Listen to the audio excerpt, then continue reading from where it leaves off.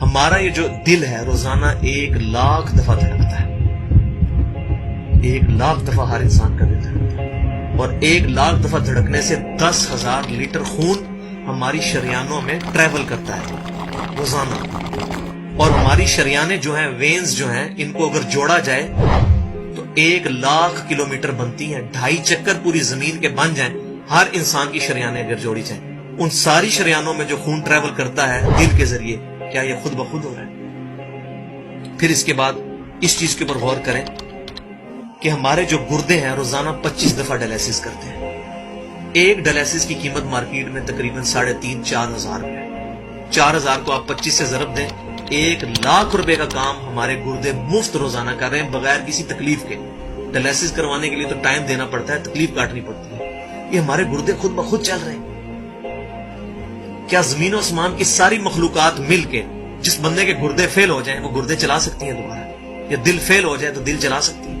یہ کوششیں ہوتی ہیں، بیٹری لگاتے ہیں، لیکن وہ کہتے ہیں کہ دل چل رہا ہے لیکن جان ختم ہو چکی ہے. اس طرح دل چلنے سے جان نہیں آ سکتی بیچ میں. پھر ہمارے پھیپڑے روزانہ 23,000 دفعہ سانس اندر کھینچتے ہیں، 23,000 دفعہ سانس باہر نکالتے ہیں. اور جو سانس اندر کھینچتے ہیں، آکسیجن جو ابزارو کرتے ہیں، یہ آکسیجن پورے جسم کے ہر خلیے تک پہنچتی ہے. اور ہمارے جسم میں خلیوں کی تعداد کوئی ہزاروں میں لاکھوں میں نہیں ہے.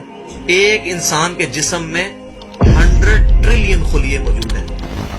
100 ٹریلین، اور 1 trillion is equal to 1000 billion, 1000 ارب کے برابر. اس کو سمجھانے کے لیے سائنٹسٹ نے یہ ایگزامپل دی ہے کہ اگر انگلینڈ جیسے 30 ملک ہوں اور وہ 30 کے 30 ملک درختوں سے پر ہوں، ہر درخت کے 10,000 پتے ہوں، تو جتنے پتوں کی تعداد بنتی ہے نا، 30 انگلینڈ جیسے ملک مکمل درختوں سے بھرے ہوئے، وہ سارے پتے گنے جائیں، ہر درخت کے 10,000 پتے ہوں، تو یہ 100 ٹریلین فگر بنتا ہے. اتنے خلیوں تک آکسیجن روزانہ پہنچتی ہے، جسم کے اندر خلیے موجود ہیں.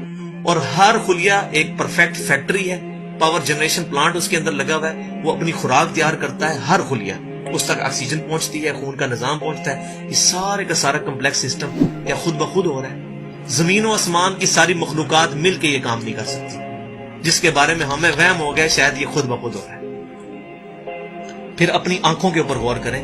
ہماری آنکھیں روزانہ 12,000 دفعہ چپکتی ہیں. ایسے 12,000 دفعہ اگر ہم اپنے یہ ہاتھ کو الٹا کر کے ایک دوسرے پہ یوں رگڑیں نا، تو میرا خیال ہماری کھال اتر جائے.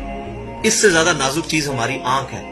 لیکن اس آنکھ کے درمیان ایسا لیکوڈ موجود ہے کہ جو اس آنکھ کو گھسنے نہیں دیتا اور تکلیف نہیں ہوتی. وہ لیکوڈ تھوڑا سا زیادہ ہو جائے تو خام خواہ ہمارے آنسو بہنے شروع ہو جائیں. جیسے ہمارے گلے میں بھی تھوک موجود ہے، یہ تھوڑا سا زیادہ ہو جائے تو رال ٹپکنی شروع ہو جاتی ہے. کئی لوگوں کو آپ دیکھتے ہیں بیماری ہوتی ہے، ایک زیادہ مقدار میں ہو جائے تو رال ٹپک جائے، کم ہو جائے تو ہم بول نہ سکیں، ہمارا گلا خشک ہو جائے. یہ اتنا کمپلیکس نظام خود بخود ہو رہا ہے. اگر ہم روزانہ 12,000 دفعہ ایسے کریں نا آنکھیں خود سے، تو تھک جائیں.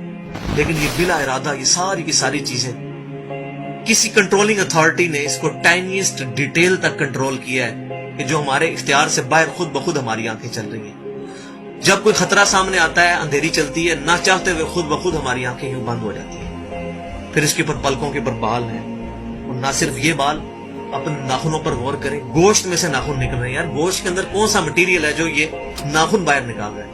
یہ گوشت میں سے دانت نکل رہے ہیں، یہ گوشت میں سے گھاس نکل رہی ہے. یہ دیکھیں گھاس، یہ بال نکل رہے ہیں. جو بندہ پاگل ہو جاتا ہے، یار گوشت میں سے اتنی مشکل چیزیں کیسے نکل رہی ہیں؟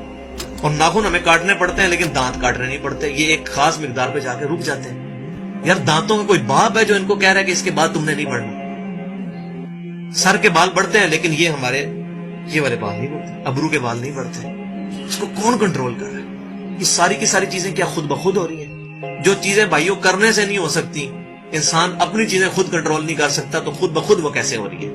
اس سے بڑی تو بیوقوفی اور کوئی چیز نہیں. پھر سب سے مشکل جو انسٹرومنٹ ہمارے دماغ جو ہے، ہمارے دماغ کے 10 ارب خلیے ہیں، اور جو دماغ کے اندر جو ہمارے کنیکشنز ہیں وہ 100 ٹریلین ہے، equivalent to the quantity of cells in human body. جو میں نے بتایا تھا انگلینڈ جیسے 30 ملک ہوں، وہ والی ایگزامپل دی، وہ سیم اتنے کنیکشنز دماغ کے اندر ہیں.